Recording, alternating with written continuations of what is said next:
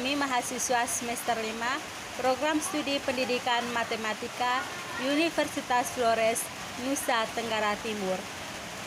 Pada kesempatan ini, kami akan membahas mengenai mata kuliah media pembelajaran matematika. Video ini kami buat guna memenuhi persyaratan tugas mata kuliah tersebut. Judul yang kami ambil adalah Hubungan Permainan Bola Kaki dengan Geometri. Sebelum lanjut ke pembahasan, izinkanlah kami untuk memperkenalkan diri. Perkenalkan, nama saya Yuliana Gelu, NIM 2018 230 667. Saya Marta Aurelia Pati, NIM 2018 230 121. Saya Yuliana Maria Sema dengan NIM 2018 230 896. Yohanes Don Bosco Ngera, NIM 2018 230 666. Dan saya Dionisius Leta, NIM 2018 230 421. Berikut saya akan menjelaskan ukuran lapangan dan ukuran bola. Yang pertama, ukuran lapangan. Ukuran lapangan sebenarnya panjang 120 meter, lebar 45 meter. Sedangkan ukuran pada media panjang 60 cm, lebar 45 cm. Jadi perbandingan panjangnya 200/1 dan perbandingan lebarnya 100/1. Yang kedua, ukuran tinggi tiang bendera. Ukuran tinggi tiang bendera sebenarnya yaitu 1,5 meter, sedangkan ukuran pada media 5 cm. Jadi perbandingan tingginya 30/1 cm. Yang ketiga, ukuran gawang. Ukuran gawang sebenarnya panjang 7,32 meter, lebar 2,44 meter. Ukuran pada media panjang 16 cm, lebar 12 cm. Jadi perbandingan panjangnya 46/1 cm dan perbandingan lebarnya 20/1 cm. Yang keempat, ukuran kotak penalti kecil. Ukuran kotak penalti pada lapangan sebenarnya panjang 18 meter, lebar 5,5 meter, sedangkan ukuran pada media panjang 18 cm, lebar 10 cm. Jadi perbandingan panjangnya 100/1 dan perbandingan lebarnya 55/1 cm. Yang kelima, ukuran kotak penalti besar. Ukuran kotak penalti besar pada lapangan sebenarnya panjang 40 meter, lebar 16 meter. Ukuran pada media panjang 29 meter, lebar 19 meter. Jadi perbandingannya 138/1 cm dan perbandingan lebarnya 84/1 cm. Yang keenam, ukuran bagian tengah lapangan. Ukuran bagian tengah pada lapangan sebenarnya diameter 9,15 meter. Ukuran pada media diameternya 4 cm. Jadi perbandingan panjangnya 229/1 cm dan perbandingan lebarnya 20/1 cm. Dari ukuran tersebut dapat diketahui bahwa lapangan sepak bola memiliki ukuran panjang 1 meter dan berbentuk persegi panjang, yang dengan rumus persegi panjang luas sama dengan panjang kali lebar, keliling sama dengan 2 kali panjang tambah lebar. Selain itu, bentuk lain dari lapangan sepak bola adalah setengah lingkaran di atas kotak penalti atau lingkaran penuh di tengah lingkaran. Dengan rumus lingkarannya luas sama dengan pi kali 2r dan keliling 2 kali pi r. Berikut ukuran bola sebenarnya. Ukuran bola pada sepak bola standar internasional memiliki keliling lingkaran minimal 68 cm dan maksimal 71 cm, atau dengan ukuran diameter lingkaran bolanya sekitar 21 sampai 22,5 cm. Berat bola yang sebenarnya memiliki ukuran antara 410 gram hingga 450 gram. Sedangkan tekanan bola yaitu antara 2,6 hingga 1,1 atmosfer. Dan ukuran bola pada media memiliki keliling lingkaran minimal 3 cm dan maksimal 5 cm, atau dengan ukuran diameter lingkaran bolanya sekitar 1 sampai 2,5 cm. Untuk berat bola pada media kurang lebih 0,5 gram. Rumus bola, luas permukaan sama dengan 4 kali PR kuadrat. Rumus volumenya sama dengan 4/3 kali PR kuadrat. Formasi permainan bola kaki serta keunggulan dan kelemahannya. 1. Formasi 352. Formasi ini sering digunakan oleh beberapa pelatih. Fokus formasi ini pada gelandangnya dan sangat cocok untuk penguasaan bola. Susunan posisinya yaitu 3 pemain belakang, 5 pemain tengah dengan 1 gelandang bertahan murni dan 2 gelandang serang atau sebaliknya, serta 2 pemain depan sebagai penyerang. Keunggulannya, lebih efektif dalam pola permain menyerang karena akan mengurung daerah pertahanan lawan dan lebih menguasai lapangan tengah. Kelemahannya, pertahanan terlalu terbuka, oleh karena itu harus punya gelandang yang punya stamina tinggi, lebih mudah kena serangan pada sayap kiri maupun kanan, dan bila miskomunikasi antara gelandang jangkar bisa berisiko terjadi serangan balik yang cepat. 2. Formasi 3-4-3. Susunan posisinya yaitu 3 pemain sebagai bek murni, 4 pemain sebagai gelandang, dan 3 pemain sebagai penyerang. Keunggulannya, lebih efektif pada pemain penyerang, lebih menguasai lapangan tengah, dan bisa melakukan serangan dari segala sisi. Kelemahannya, pertahanan lebih mudah diserang pada sayap kanan dan kiri, serta pemain sebagai gelandang sayap kiri dan kanan lebih banyak menguras tenaga. 3. Formasi 3-6-1. Susunan posisinya yaitu 3 pemain bek di belakang dan sejajar, 3 pemain tengah sebagai gelandang bertahan, dan 1 penyerang yang fokusnya pada target man. Keunggulannya, menguasai lini tengah dan bisa menyerang dari segala sisi. Kelemahannya, pertahanan terlalu terbuka, lemah ketika terkena serangan dari sisi sayap kanan maupun kiri, dan striker sulit mencari tandemnya. 4. Formasi 4-2-4. Susunan posisinya yaitu 4 pemain bertahan, 2 pemain tengah sejajar, 4 pemain depan. Keunggulannya, penyerangan akan lebih tajam, sektor sayap akan mudah menembus pertahanan lawan, dan pertahanan akan sulit ditembus. Kelemahannya, lapangan tengah akan sulit dikuasai dan tim akan sering kehilangan bola. 5. Formasi 4-4-2. Susunan posisinya yaitu 4 pemain bertahan, 4 pemain tengah, dan 2 pemain depan sejajar atau bisa juga dengan 1 target man dan 1 lainnya sebagai second striker. Keunggulannya, lapangan tengah akan dikuasai tim, penyerangan akan mudah terorganisir, pertahanan akan sulit ditembus, dan keseimbangan antara pertahanan dan penyerangan. Kelemahannya, tidak ada gelandang bertahan sebagai pemutus serangan lawan. 6. Formasi 4-5-1. Susunan posisinya yaitu 4 pemain bertahan, 5 pemain tengah, dan 1 pemain depan sebagai target man. Keunggulannya, lapangan tengah akan mudah dikuasai, lawan akan sulit melakukan penetrasi ke pertahanan tim, fleksibel dalam transisi menyerang dan bertahan. Kelemahannya, pemain depan akan terisolasi, sulit untuk melakukan serangan balik, dan striker harus bekerja keras sendiri di depan. 7. Formasi 4-3-3.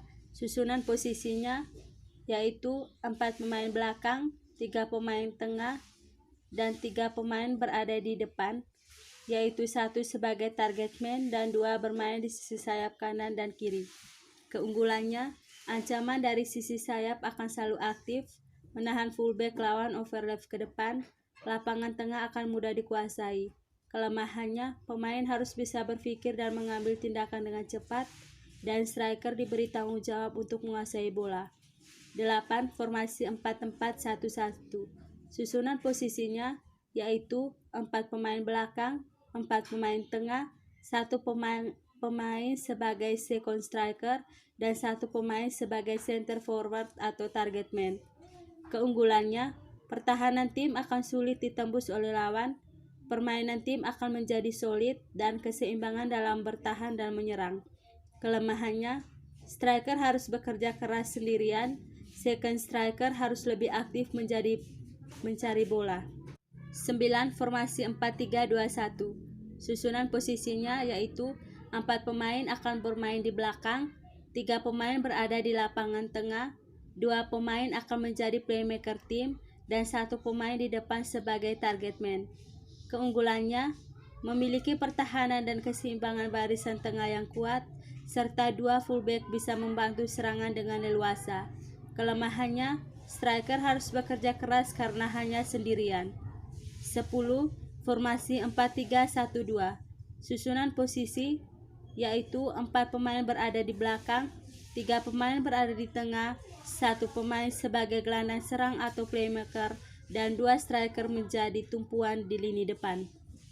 Keunggulannya, keseimbangan antara pertahanan dan pemain tengah, dan pertahanan tim yang kokoh. Kelemahannya, jarak antar lini terlalu jauh, serta kurang suplai bola ke striker. Berikut teknik permainan sepak bola. 1. Menggiring bola menggunakan kaki bagian dalam. Cara melakukannya adalah sebagai berikut. Pertama, berdiri sikap melangkah dengan kaki kiri di depan dan kaki kanan di belakang. Kedua, badan condong ke depan. Ketiga, letakkan bola di depan kaki kanan. Keempat, bola ditendang menggunakan kaki kanan bagian dalam dengan perlahan, sehingga bola bergulir ke depan. 2. Menggiring bola menggunakan kaki bagian luar. Pertama, berdiri sikap melangkah dengan kaki kiri di depan dan kaki kanan di belakang. Kedua, badan condong ke depan. Ketiga, letakkan bola di depan kaki kiri bagian dalam segaris dengan kaki kanan. Keempat, bola ditendang dengan menggunakan kaki kanan bagian luar dengan perlahan-lahan, sehingga bola bergulir ke depan. Lakukan gerakan itu berulang-ulang hingga kamu dapat mengontrol jalannya bola. 3. Menghentikan bola menggunakan kaki bagian dalam. Pertama, berdiri sikap melangkah, rileks, kaki kiri di depan dan kaki kanan di belakang. Pandang ke arah datangnya bola. Kedua, julurkan kaki kanan ke depan ke arah datangnya bola. Pada saat akan menyentuh bola, kaki ditarik kembali ke belakang. Bola dihentikan di samping kaki kiri. 4. Mengumpan bola menggunakan kaki bagian dalam. Cara melakukannya adalah: pertama, posisi awal berdiri menghadap bola. Kedua, kaki tumpuan diletakkan di samping bola dengan sikap lutut agak tertekuk. Ketiga, kedua lengan di samping badan agak terlentang. Keempat, pergelangan kaki yang akan digunakan menendang diputar keluar dan dikunci. Kelima, pandangan tertuju pada bola.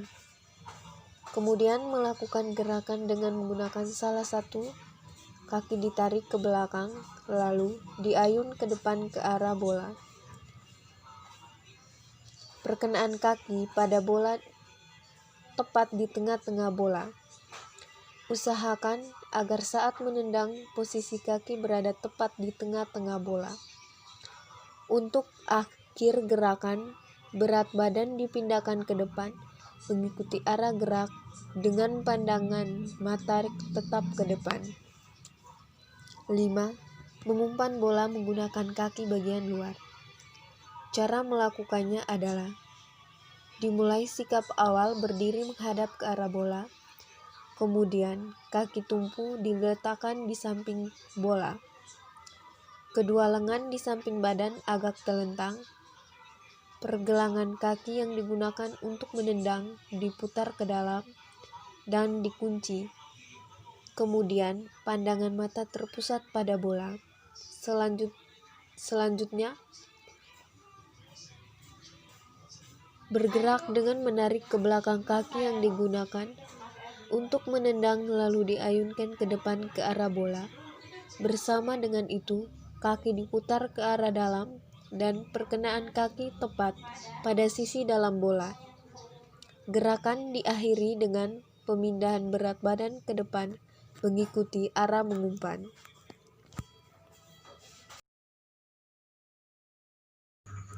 Berikut saya akan menjelaskan aturan baru yang wajib dipahami dalam permainan sepak bola. Yang pertama, gol mengenai tangan dalam keadaan aktif atau pasif tidak disah. Gol menyentuh pemain baik sengaja maupun tidak sengaja sehingga membuahkan gol akan dianulir oleh wasit. Tidak ada lagi alasan tangan aktif atau pasif menyentuh bola. Peraturan ini mempertegas aturan handsball yang selama ini permainan masih dapat berlanjut dengan alasan pemain tidak sengaja menyentuh bola dengan tangan. Yang kedua, peraturan baru tendangan gawang. Dalam peraturan sebelumnya, tendangan gawang yang dilakukan kiper kepada rekannya harus di luar kotak penalti. Akan tetapi, kiper sekarang bisa mengoper bola di dalam area penalti dari tendangan gawang. Yang ketiga, pemain yang diganti bisa keluar dari mana saja.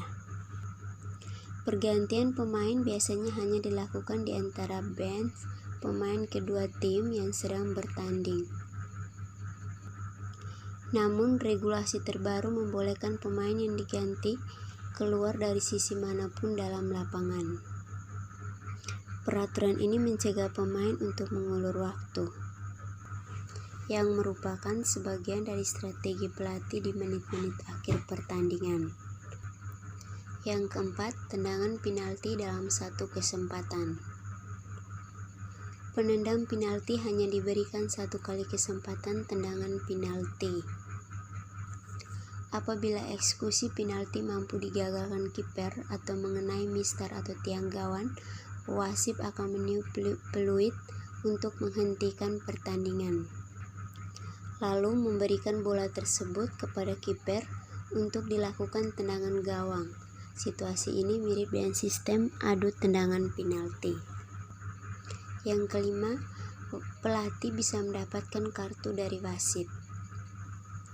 Dengan peraturan baru yang dibuat IFAB atau FIFA, pelatih mendapat perlakuan yang sama dengan pemain, yaitu jika pelatih melakukan protes berlebihan di pinggir lapangan, akan diberikan kartu kuning atau peringatan atau kartu merah atau pengusiran. Aturan sebelumnya, wasit bisa langsung mengeluarkan pelatih tanpa harus mengeluarkan kartunya. Dan yang keenam, formasi pagar betis harus steril dari gangguan lawan. Pada saat pemain mendapatkan free kick, biasanya rekan pemain tersebut akan berada di antara pagar betis lawan guna mengganggu formasi pagar betis tersebut dan penglihatan kiper. Hal tersebut tidak akan dibolehkan lagi. Pagar betis untuk menghadang tendangan bebas lawan harus steril. Hanya pemain tim yang menghadapi tendangan bebas yang boleh di pagar betis.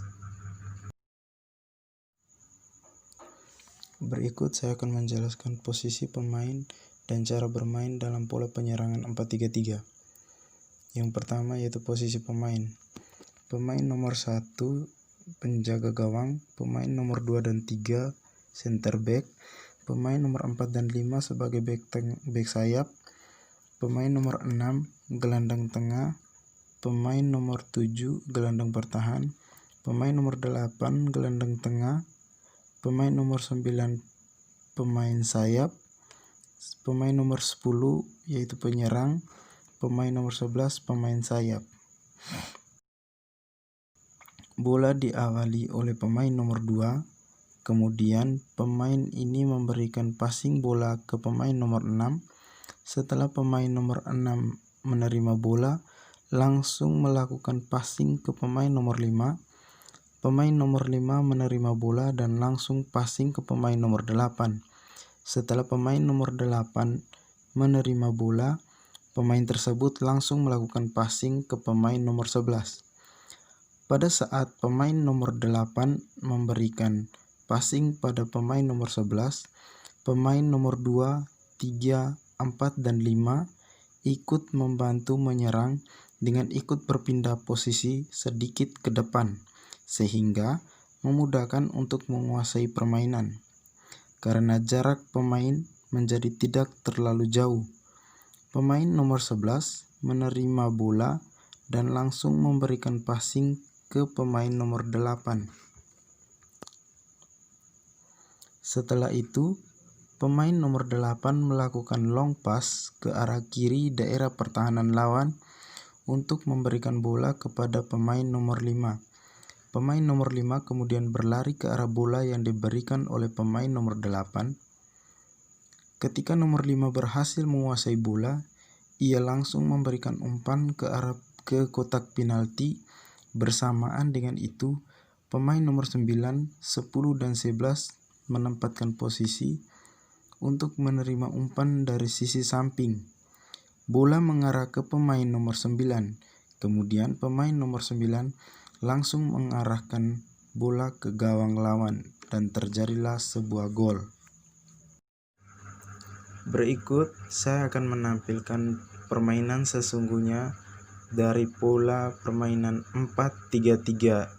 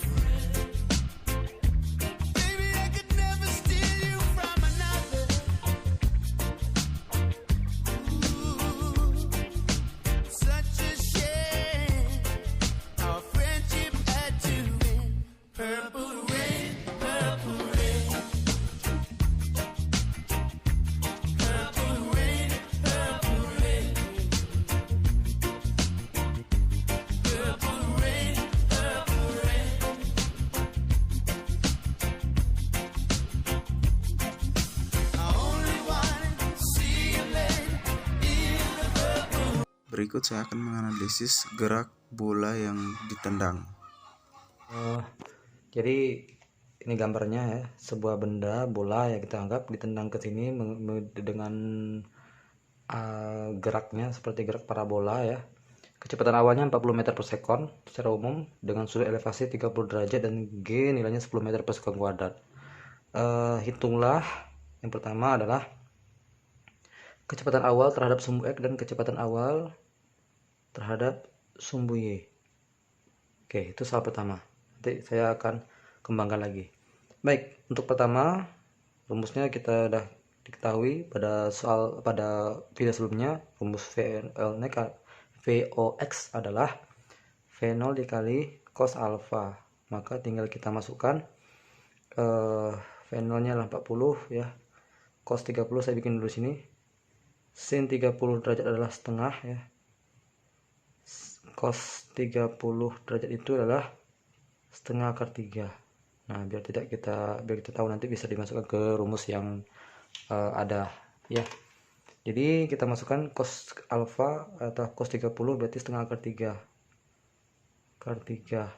Maka caranya lah 40 dibagi 2 adalah 20 akar 3. Boleh kita seperti ini saja. Jadi jawabannya 20 akar 3 meter per sekon. Ini kecepatan awal terhadap sumbu X ya. Sekarang kecepatan awal terhadap sumbu Y. V0 Y, maka rumusnya V0 dikali sin alfa ya. Ingat rumusnya yang kemarin, yang video sebelumnya. Kita masukkan angkanya, V0 adalah 40 ya. Sin 30 adalah setengah ya, setengah.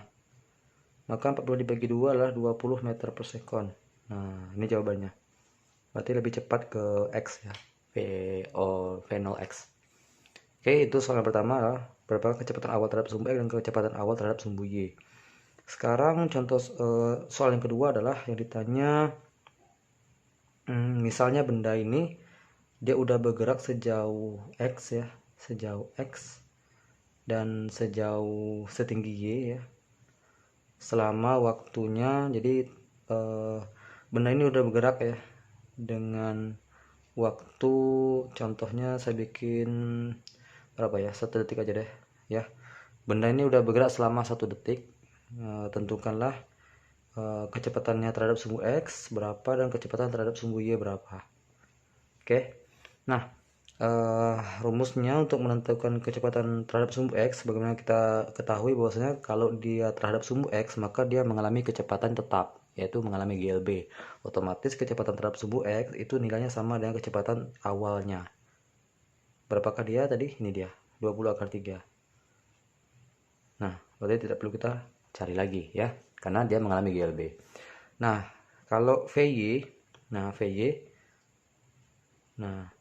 untuk VY rumusnya adalah V0 ya, sin alfa, karena dia naik ya, maka dikurang dikali G dikali T. Kita masukkan ke rumus, angkanya 40, sin 30 adalah setengah ya. Oke, dikurang G10, waktunya adalah 1 detik. 1, maka 40 dibagi 2, 20, dikurang 10 kali 1, 10. 20 kurang 10 adalah 10.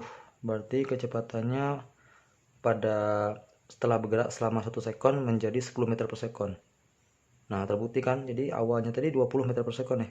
Ketika udah bergerak selama 1 detik, dia menurun kecepatannya menjadi 10 meter per sekon. Nah, ini terbukti kalau sebenarnya bola semakin naik maka dia akan semakin berkurang kecepatannya. Oke, sekarang soal kedua adalah, nah kan dia kan udah bergerak nih ya, bergerak nyampe sini tadi ya. Nah, nyampe di sini nih. Sekarang berapa nilai X-nya nih? Dari sini ke sini nih berapa jaraknya? Ya, tentukan nilai X dan nilai Y berapa ketika dia udah bergerak selama berapa tadi? 1 detik ya. Oke, jika T-nya sama dengan 1 sekon. Nah, ini soal yang ketiga. Maka kita bikin saja X sama dengan rumusnya V0 cos alfa dikali T. Nah, itu ya rumusnya, silahkan lihat video sebelumnya. Kita masukkan angka-angkanya. V0 adalah 40, cos alfa adalah setengah akar 3. Oke, dikali T 1 ya. Maka jawabannya 20 akar 3. Ya, 40 dibagi 2, 20 kali akar 3, berarti 20 akar 3 meter. Ya. Oke, itu. Selanjutnya yang Y lagi. Terhadap sumbu X sudah, sekarang terhadap sumbu Y udah berapa tinggi dia. Rumusnya adalah V0 sin alfa dikali T dikurang setengah ya, setengah dikali G dikali T kuadrat. Kita masukkan angka-angkanya. V0 40, sin alfa setengah, T adalah 1, dikurang setengah, nilai G adalah 10, T nya adalah 1 kuadrat. maka menjadi 40 dibagi 2, 20, 20 kali 1, 20, 5 kali 1 kuadrat 5, berarti jawabannya 15 meter. Oh, berarti sekarang ketinggiannya ketika udah bergerak selama 1 detik adalah 15 meter dari tanah ya. Oke, soal selanjutnya adalah yang ditanya berapa waktu yang dicapai untuk mencapai titik tertinggi nih. Waktunya berapa pada saat titik tertinggi. Nah ya, dan titik terjauh. Oke, jadi soalnya ada 2 nih, waktunya berapa pada saat titik tertinggi dan pada saat titik terjauh. Pada saat titik tertinggi rumusnya adalah T sama dengan V0 dikali sin alfa dibagi G ya. Maka rumusnya kita masukkan V0 kan 40, sin alfa sin 30 adalah setengah dibagi G 10. 40 dibagi 2 20 bagi 10. 20 bagi 10 adalah 2 sekon. Oh, berarti dia akan menyampai titik tertinggi di sini setelah bergerak selama 2 detik. Nah, gitu maksudnya ya. Berapakah waktu untuk mencapai titik terjauh? Ingat, titik terjauh tadi tinggal kita kali 2 saja yang ini. Ya, karena dari sini ke sini adalah 2 detik, berarti kita dari sini ke sini tinggal kali 2. Maka kali 2. Pada saat titik terjauh rumusnya adalah T2 dikali 2 sekon ini tadi ya, berarti 4 sekon. Nah, ini jawabannya. Oke, berarti kalian untuk mencapai titik terjauh kalian harus tahu ini dulu.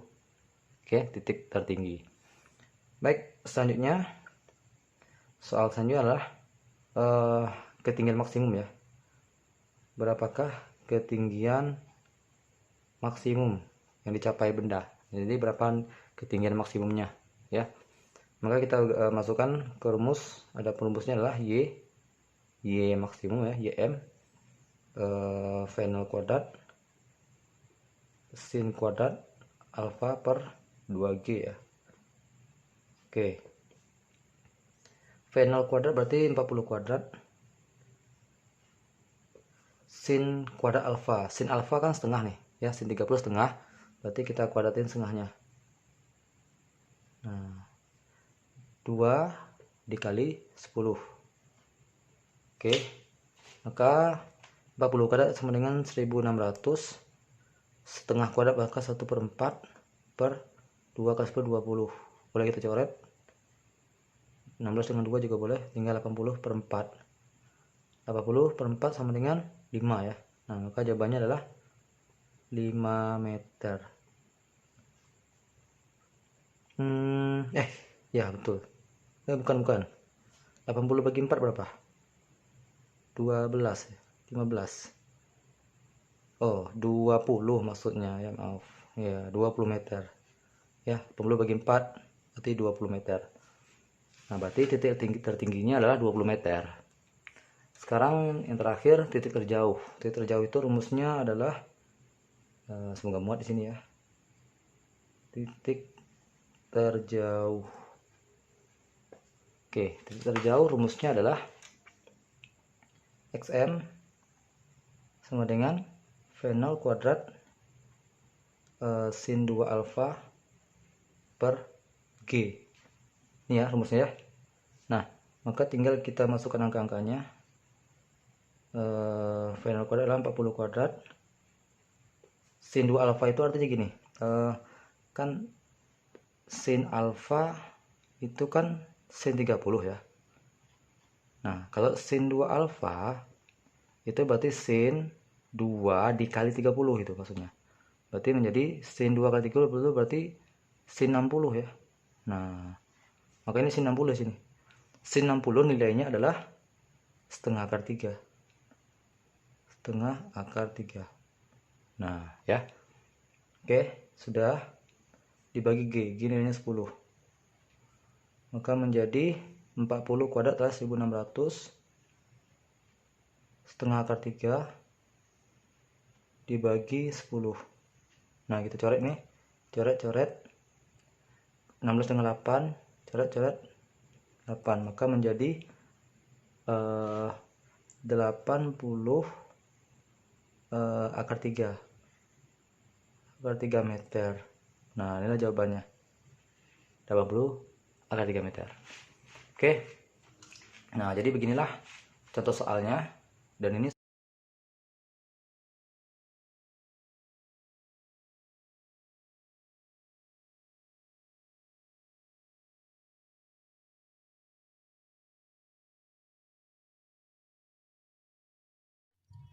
Baik, itu saja pembahasan dari kelompok kami mengenai analisis hubungan permainan bola kaki dengan geometri. Semoga bermanfaat. Terima kasih.